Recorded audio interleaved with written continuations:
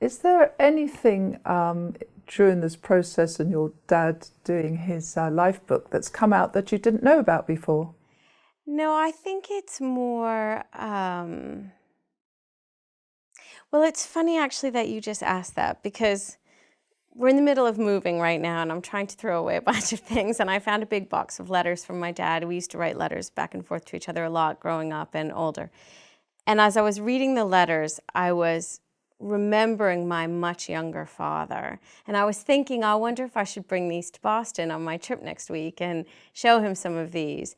And that young father that I had was, I remember I used to ask him questions like, what's the most important thing in life? Or what's your biggest character trait or something? And he would say, enthusiasm. He would say, ebullience. He loved to use that word, ebullience. And he would say, it's that's that passion that you bring to life.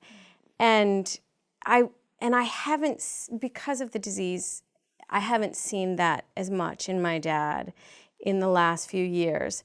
But when you read the book, when I read the book when I was last there, that's there in it, that spirit, that memory of his life. He was born in 1934, and he starts out with this story about Bonnie and Clyde in America. And I just think, oh, Dad, what did you know about Bonnie and Clyde? But he gets into like, this is what was happening in the world, and I was born into the world. And it's just really funny. And I hadn't ever thought of Bonnie and Clyde and my dad.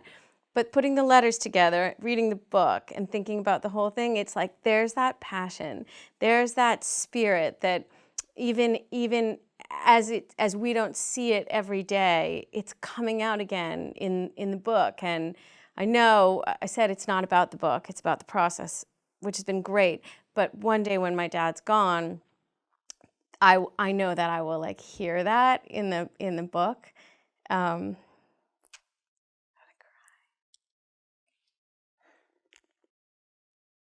So it's just really great to have that.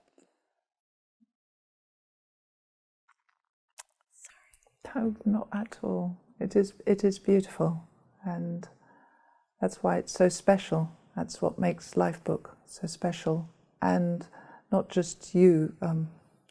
It's a legacy for all the family in generations to come that your father won't even have the chance to meet, and that's also beautiful in its own right. Yeah, they'll definitely hear that. They'll say, who was he? Because he was just a doctor at Boston Medical School. His life he's just been such a solid member of the academic community in Boston, and a great doctor. But when you read his story, he's just bursting, his personality through the pages. And so if you only knew what he'd done in his life, it all seems sort of very good.